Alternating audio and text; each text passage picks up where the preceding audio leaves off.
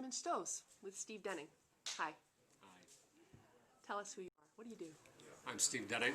I am Australian. I worked in the World Bank for many years. I now write a column for Forbes on radical management. I'm the author of 6 business books on management and leadership storytelling. The most recent book, The Leader's Guide to Radical Management. And I'm here in Stoos as part of a broader movement to change the world. Oh, that's all. Transform the Fortune 500. That's what my personal passion is, and that's what this gathering was about. And how did it go? Well, you have to see it as part of the beginning of a global movement, and I've done this before in leadership storytelling, which I started pursuing in 2000 when I'd written a book on that, and pretty much every management that I talked to told me this was the most stupid idea in the world, to think that storytelling could have any possible use in business. That's a good sign. They tell you you're crazy. Well, as Einstein said, if an idea is not at first absurd, there is no hope for it. So this was an idea which was truly absurd. And I realized that if I was going to launch this idea around the world, I would need helpers, I would need champions, I would need people who believed in this. So we organized a conference at the Smithsonian, just one conference, but it was brilliant. People loved the speakers. And when it was over, they said, this cannot end here. This was your storytelling conference. Right. Yeah. This cannot end here. We must continue this. And so a small group got together and said, we will band together and make this happen around the world. And we thought, well, how could these 15, 20 people meeting in Washington, D.C. once a month, how could they possibly change the world? But they kept meeting, and they kept telling stories, and they kept this vision of these were champions who were going to spread this word around the world. And so they wrote books, they held meetings, we held an annual conference, and over time, this totally absurd idea became a reality. So that today, when you look at business schools, storytelling is a normal and conventional part of every leadership course. You look at best-selling books in the world, they're about storytelling. This idea, which was 10 years ago so absurd, is now so obvious that people cannot even remember a time when it wasn't the case. And so this is how you launch a global movement. You have a small number of committed people who are determined to make this happen, and it's their determination, their passion, which spreads this word around the world. Fast forward to Stoos, Switzerland, This January 2012.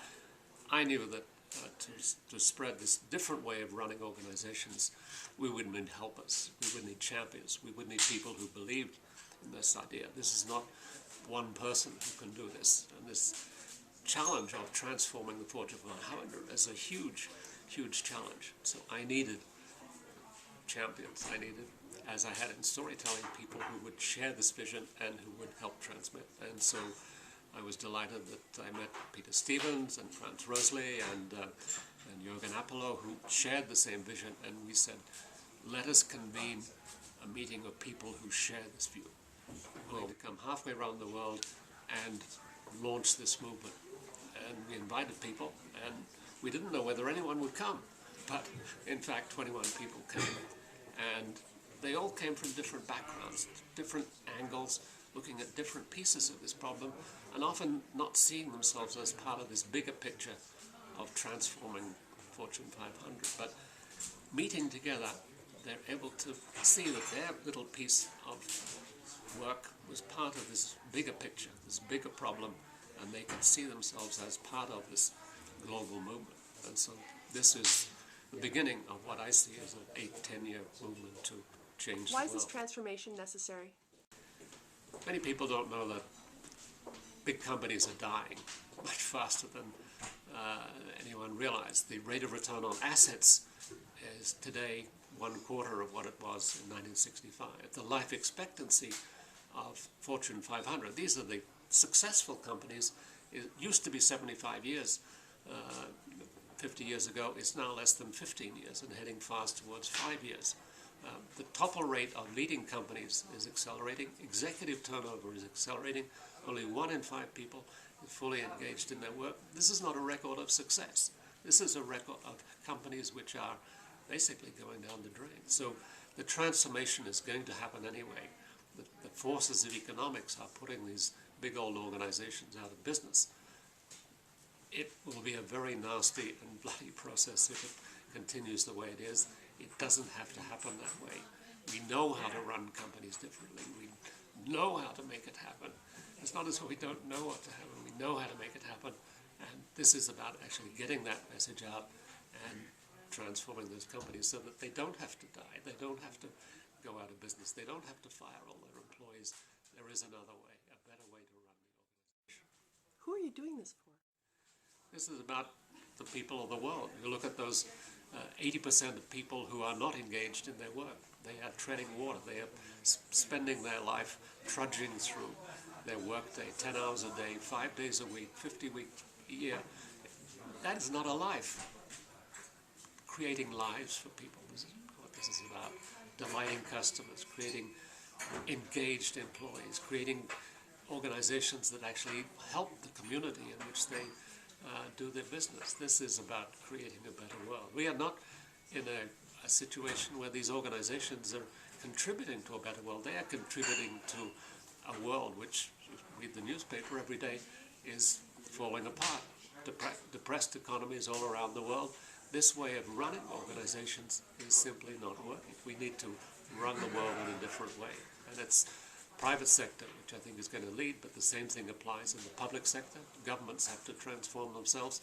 The education sector is a big part of the problem. It is being run in the same bureaucratic way that the private sector organizations. That has to change. They have to become part of this transformation so that people in their jobs are creative on a daily basis, that they are contributing innovation and creating delight for their customers. And how does STOOS factor into that?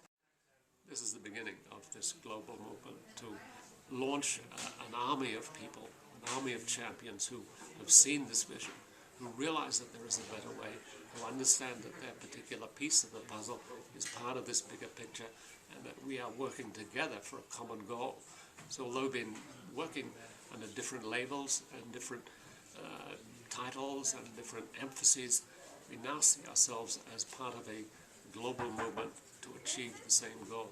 We've articulated what the problem is, developed a deeper understanding of what it is, and have this vision of what this world will look like, and we can now start to work on moving different pieces of it forward so that this transformation takes place. And obviously, transforming the Fortune 500, that's hundreds of millions of people involved in that.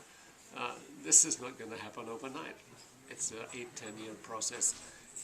It can happen in a healthy, intelligent, agile, elegant way, or it can happen in a horrible way. And we are here to make it happen in the former and not the latter.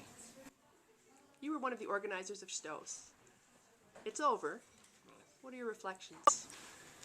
Our goal, my goal, I think the goal of the organizers was to create this group of champions, a group of people who truly believed in this, who had a common understanding of what the problem was, and saw themselves as part of this movement to make it happen around the world. And that's what happened. The group had this discussion, developed this common understanding. Although we have different emphases and different titles and different names for what we're doing, we now see ourselves as part of a common goal, a common understanding of what the problem is. And energy emerged from this group to make this happen all around the world. How is that energy in the army of 21 going to turn into your army of hundreds of thousands or millions to make the transformation happen? It's a viral process, and many of us have different ways of approaching it. I have a column on Forbes which reaches hundreds of thousands of people. Jürgen has a group of his management 3.0 group, very large group. Rod Collins reaching to the senior management. So different members of this group are coming at it from different angles. And what this group will do is spark others, recruit other champions. This is an inclusive movement which will bring other people into it to start to see that this is a deep-seated problem and that is affecting society deeply, to have that common understanding and to see what they are doing is contributing to this broader goal. So it's no longer 21 people doing different things. It's 21 people with a common goal, becoming 2,100 people, 21,000 people, 2,000 world. I was writing In a matter of days. I mean, it's viral. It's amazing what you see, particularly today with the web, how quickly things can happen. An article starts out very slowly, and suddenly you have 200,000 or 300,000 people. It's reached the matter of days. Or a recent article on the dumbest idea in the world, maximizing shareholder value, the pervasive view of the goal of the Fortune 500, maximizing shareholder value. I call that the dumbest idea in the world. On Forbes. On Forbes. And so currently, Yeah, I saw a lot of tweets about that. currently 310,000 page views. This is not, people were saying, on Forbes, you have Forbes saying that this is the dumbest idea in the world. That's how quickly this thing can happen. Can you give me some keywords that you heard among the participants in the last 2 days? Well, there are different sets of keywords. One set of keywords, this is about delight, delighting the customer, about creating happy employees, about creating joy in the workplace, even beauty in the workplace. That is the underlying meaning of why this is so attractive to people and why it will ultimately triumph. But it's also about these, when you get companies into this mode, they make an awful lot more money. Oh, that sounds good. For themselves, for the employees, for society, these are hugely profitable. When you see companies that can delight their customers, like Apple, or Amazon, or Salesforce, they are much more profitable than these tired old firms like GE, which has lost 60% of its share value in the last 10 years, or Walmart, which is struggling just to stay afloat. These big old organizations being run as hierarchical bureaucracies are really having a tough time of it. And the next couple of years are going to be very difficult economically. Those big firms which are run as hierarchical bureaucracies, which are not delighting their customers, are basically going to be having very great difficulties in actually selling their stuff, because it's firms that actually delight their customers that people queue up for. When you have a depressed economy, there is no demand. People who have just standard products, average products, are going to be in great difficulty. It's the companies that can delight their customers, who have engaged employees, who are innovative and creative on a daily basis. Those are the companies that are going to be hugely successful. So this is not just about delight and joy and happiness. This is about running companies in a much more productive way, much more profitable for the companies themselves, much more profitable for the shareholders. One of the tragic things about running the organizations in the way they are, although it's said to be about maximizing shareholder value, the shareholders are actually those who are not getting fair value. They are getting the short end of the stick because the companies are becoming less and less productive. So this is a very different way of running organizations, and those were the themes that we were talking about in the context of this meeting. It's the human side, but it's also the financial side, and having those things converge. If it was a choice between either keeping the employees happy or either delighting the customers or either making more money, this is about doing all three of those things at once. If it was a choice, it could be a hard decision, and that's what the Walmarts and the GEs are having to decide, because the way they're running the organization, you have to choose. If you try to improve the happiness of the employees, it costs more money. This is a way of running organizations that achieves all of those, maximizes all of those at the same time. Sounds like a dream. Is it real anywhere? Go to Apple, look at Apple's share price. Go to Amazon, look at their share price. Go to Salesforce. This is, you can see this in hard numbers. This is not a dream. This is actually happening. And there are many, many companies around the world, many of you haven't heard of. Small companies, medium-sized companies. I talk about famous companies like Apple and Amazon and Salesforce, because they're so big and they're so well known that you can't miss them. And so people can understand Apple, that if you are actually getting an iPod, you actually want it. I mean, no one asked Steve Jobs to deliver one, but once he delivered it, then you had to have it. An iPhone, people line up for it. An iPad, people are lining up for it.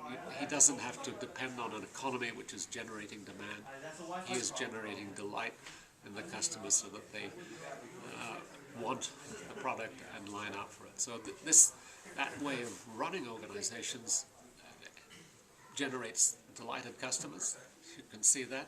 Go into any Apple store, talk to those employees in the store, you can see they are actually having a ball. And you look at the share price, you look at the returns that Apple has changed, you can see you have that trio of things converging. That's what this is inevitable. It's not whether it's going to happen, it's when it's going to happen.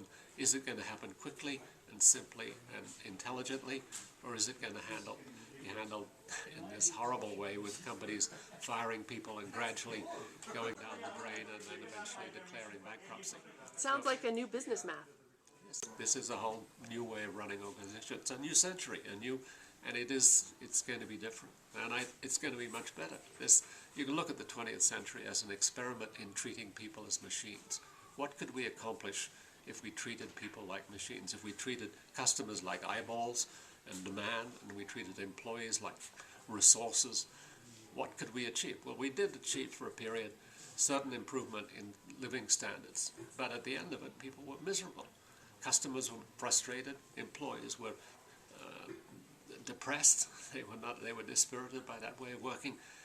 As a way of running civilization, this was not a good, sustainable way. This is about running the world in a different way. So this is not a small idea, it's a large idea, and it needs champions, and that's what we were here at Stoos to make this movement happen in an intelligent, elegant, simple, and beautiful way.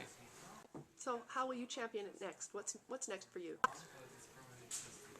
On a daily basis, I write my blog. I support this group that has now gone into action. I look around in here and I see people in the group doing different parts. They're building a website, they're writing a communique. All of this thing is happening in front of our eyes. And so this will happen on a daily basis as this movement takes hold, as people see themselves as part of this global movement. They have a common understanding of how big and important this problem is, and they have a common vision of how to fix it, and they see their particular contribution that will make the movement happen. So how are you going to involve others in this movement?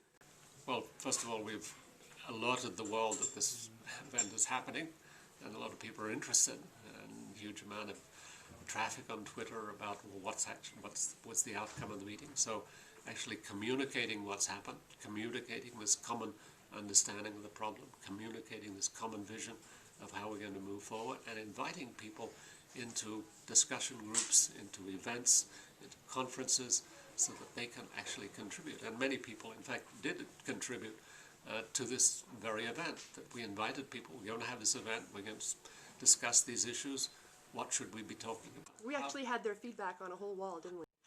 Right.